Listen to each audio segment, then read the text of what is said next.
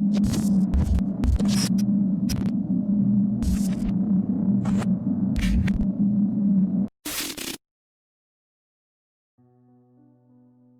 father, for as long as I could remember, was afraid of the ocean.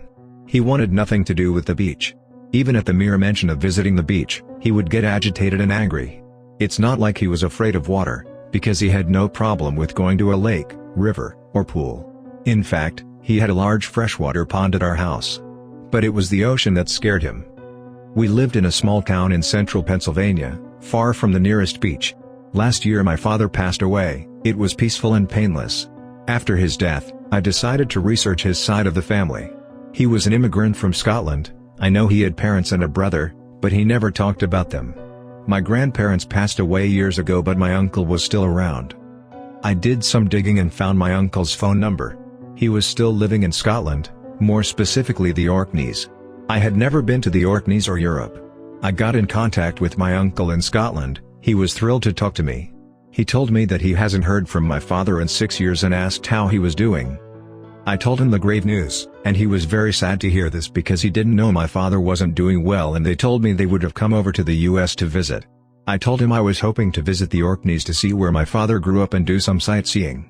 My uncle eagerly agreed. We made the arrangements, and in 2 weeks I flew to Scotland. I landed at Inverness Airport in northern Scotland and I took the ferry to the Orkneys. My uncle was waiting to pick me up. We drove to his house where my aunt and cousins were waiting for me. We had a few glasses of whiskey and reminisced about my father. I had fun talking to them and wondered why my dad rarely mentioned his side of the family, as nothing about them seemed off. Late into the evening, my uncle brought out an old photo album and we went over the pictures. They dated back to at least the 70s. My dad looked so young and happy in all of them. I could see the resemblance between me and him. All the photos seemed normal. There were family photos, birthday and Christmas photos, and pictures with him and his friends. One photo in particular did catch my eye. It was of my father in his teens, on a sailboat out at sea. This made no sense to me because I knew for a fact that my father was scared of the ocean. I pointed this out to my uncle, asking him how they got him onto a boat in the middle of the ocean. My uncle seemed puzzled and asked what I meant. I explained to him my father's fear of the ocean and how he wanted nothing to do with the ocean. My uncle laughed and said that my father loved going out on the ocean and was an avid fisher and sailor. I thought back to my childhood and asking my father if we could go to the beach. He instantly tensed up and gave me a look that conveyed worry and terror. He told me that it was too far and that it's not a good idea. I also remember asking my mom about this fear, and she told me that it was the only thing she couldn't figure out about him. She told that when they were dating they drove to a small beach town after a lot of convincing. During the day, my father seemed unbothered when he was on the boardwalk. At night, my mother managed to convince him to take a moonlight walk on the beach. Everything seemed fine for a while, and then suddenly my father stared out into the horizon and then took off running inland. My mother gave pursuit and found him at the car in tears, rocking back and forth repeating, "It followed me," over and over again. They decided to drive back to the hotel they were staying at. My mom tried to pry my father about what he saw, but he shook his head and refused to say anything, only responding, "If I talk about it, it'll find me again." When they got back to the hotel, my mom told me that my father was on edge the whole night, getting no sleep and constantly looking out the window. The next day they cut the vacation short and went home. To this day my mother always respected his wishes to never go to the beach. I continued to flip through the photo album and saw another picture of my father on a fishing pier shirtless. This picture struck me as odd because I couldn't see the scars he had on his left shoulder. Another thing to note, my father had 3 distinct scars on his shoulder. He had them for as long as I could remember. When I asked him about it, he told me he fell off his bike when he was a kid. But according to this picture, it was evident that he was lying. I asked my uncle about this and he said that he didn't get them until he was in his early 20s and that some animal attacked him. I explained the experience my father had with my mother and how he lied to me about his scars and how I found all of this so bizarre. My uncle thought for a moment. He then got very somber and told me that the night he was attacked, he left for the mainland to stay with extended family, later immigrating to America seemingly out of nowhere. "What happened the night he got attacked?" I asked.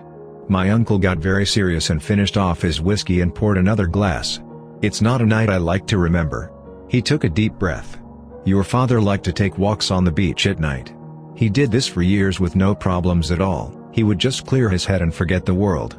One night he went out. It was bitter cold in the middle of winter. Your grandfather insisted that he skip his walk that night. Your father just ignored him but bundled up and promised to be back shortly. He was gone for 3 hours. Your grandfather was about to go look for him, but then seemingly out of nowhere your father burst into the house screaming bloody murder. His clothes were torn to shreds and he had those 3 gashes on his shoulder. Your father was in hysterics. We couldn't get him to calm down and had no idea what happened. He eventually passed out on the spot. We had a doctor come over, and he told us that he must have been attacked by a stray dog and he was just shaken up.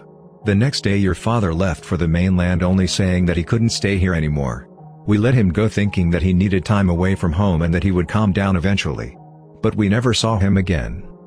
My uncle wiped away a tear. To this day I don't know what happened to him that night. It can't have been a dog that attacked him. The scratches on his shoulder were from claws or something, and the damage to his coat had to have been from something that had immense strength. I had more questions, but my uncle was visibly upset, so I changed the subject. We spent the rest of the evening just small talking until the alcohol made us drowsy enough to go to bed. That week, my uncle showed me around the islands and took me to the best bars in the UK. We had some great drunken nights together and I got some great scenic pictures of the islands.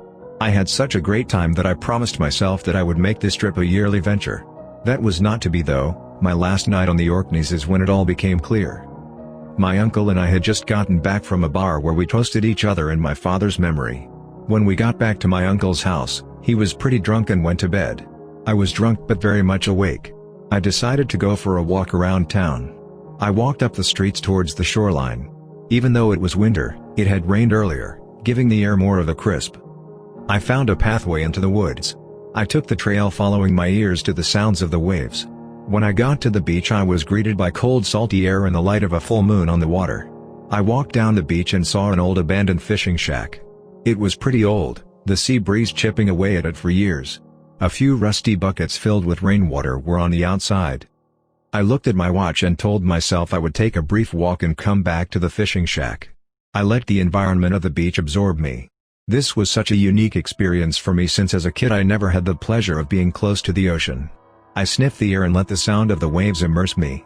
I looked out into the ocean observing the moonlight on the water. Then, seemingly out of nowhere, the atmosphere changed. It went from calm and soothing to bitter cold and malice-filled. I looked at the water and saw something emerge from it. What I saw cannot be explained in the realm of reason. At first glance, I thought it was a man riding a horse, but after closer examination, I could tell it wasn't human. The thing was a horse-like creature that had the upper body of a man fused to its back. Its face was skeletal, covered in muscle tissue, only missing a nose replaced with a gaping hole. The whole thing was skinless. I could clearly see its muscles pulsing. It had small protrusions of bone all over its body. Its arms dangled at its side, each hand with 3 very long claws. The skeletal face of the man looked at me, followed by the horse half.